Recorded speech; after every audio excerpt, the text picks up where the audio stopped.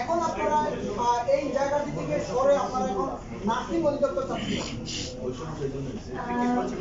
আমরা তো সরে আসিনি। আপনারা দেখেন যে যেখানে নার্সিং এর মতো একটা সেনসিটিভ পেশা, সেখানে কারিগরি বোর্ডের আন্ডারে যে পিসিটি অর্থাৎ পেশেন্ট কেয়ার টেকনোলজি যারা কোর্স করতো, আমাদের সাথে তাদের এডুকেশনাল কোয়ালিফিকেশনের মিল নেই।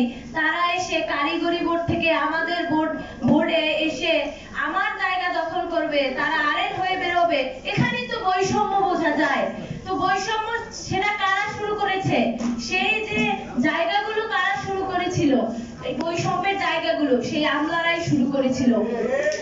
এখন সেই যে আমার যে একটার পর একটা বৈষম্য, আপনারা জানেন যে আমাদের নার্সিং এ অনেক সংস্কারের প্রয়োজন, কিন্তু সেই সংস্কারগুলো আমরা এতদিন ধরে দেখতে পাচ্ছি না।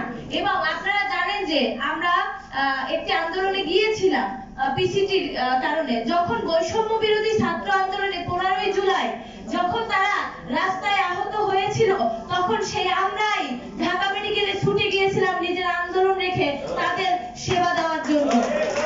এবং সেই সকল ছবি ভিডিও আমাদের কাছে কিন্তু আছে। এখন আমরা এখন যে এই যে আমলা মাকসুদা নূর, উনি যে আমাদের বলেছিল, ভাই একটা প্রশ্ন করেছিল যে কেন আপনারা এখন আন্দোলন শুরু করেছেন। আমি এই প্রশ্নের জবাবে দিতে চাই এটাই যে মাকসুদা নূর, আমরা কিন্তু কোনো আন্দোলনে আর যাইনি। মাকসুদা নূর কেন বলেছিল যে নার্সরা ছোট চাকরি করে, নার্সদের সেকেন্ড ক্লাস দেওয়াই সরকারের ভুল হয়েছে।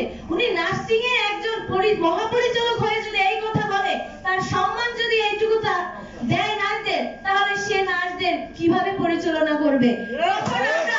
আমাদের গায়ে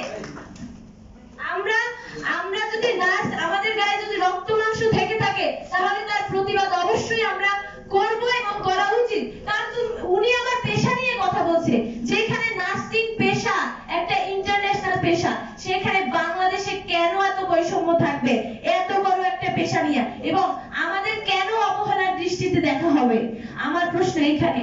এবং আমাদের এইখানে নন নার্স পরে যদি এখানে নার্স বসে, তারা আমাদের সন্তানের কষ্ট কিন্তু মা বাবা বুঝে। যখন সেখানে নার্স বসবে, তখন যে আমার যে সমস্যাগুলো আছে, শিক্ষার্থী বা হাসপাতালে যারা নার্সিং কর্মকর্তা আছেন, তাদের যে সমস্যাগুলো তারা কিন্তু অবগত, এবং তারা কিন্তু এটা কোর্ডিয়ালি তারা সেই সমস্যাগুলো সংস্কার করবে বলে আমি আশা করি। এবং সেই জায়গায় নার্স বসলেই শুধুমাত্র আমার সমস্যাগুলো এবং আমাদের সমস্যাগুলো সমাধান করবে। এবং আমি মনে করি তারা সবাই যারা নার্স আছে, এবং আমরাও একদিন স্টুডেন্ট থেকে আমরাও একদিন কর্মকর্তা হব, বা আমরাও একদিন সেই জায়গায় যাব।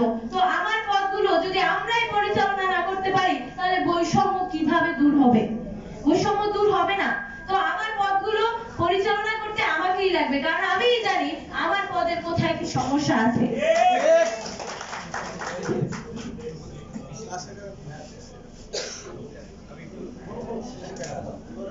পিসিটির ব্যাপারে একটা ব্যাখ্যা প্রয়োজন আছে আপনাদের। আমি আপনাদের ক্যাপ্টেনে জানাচ্ছি, পিসিটি হলো কারিগরি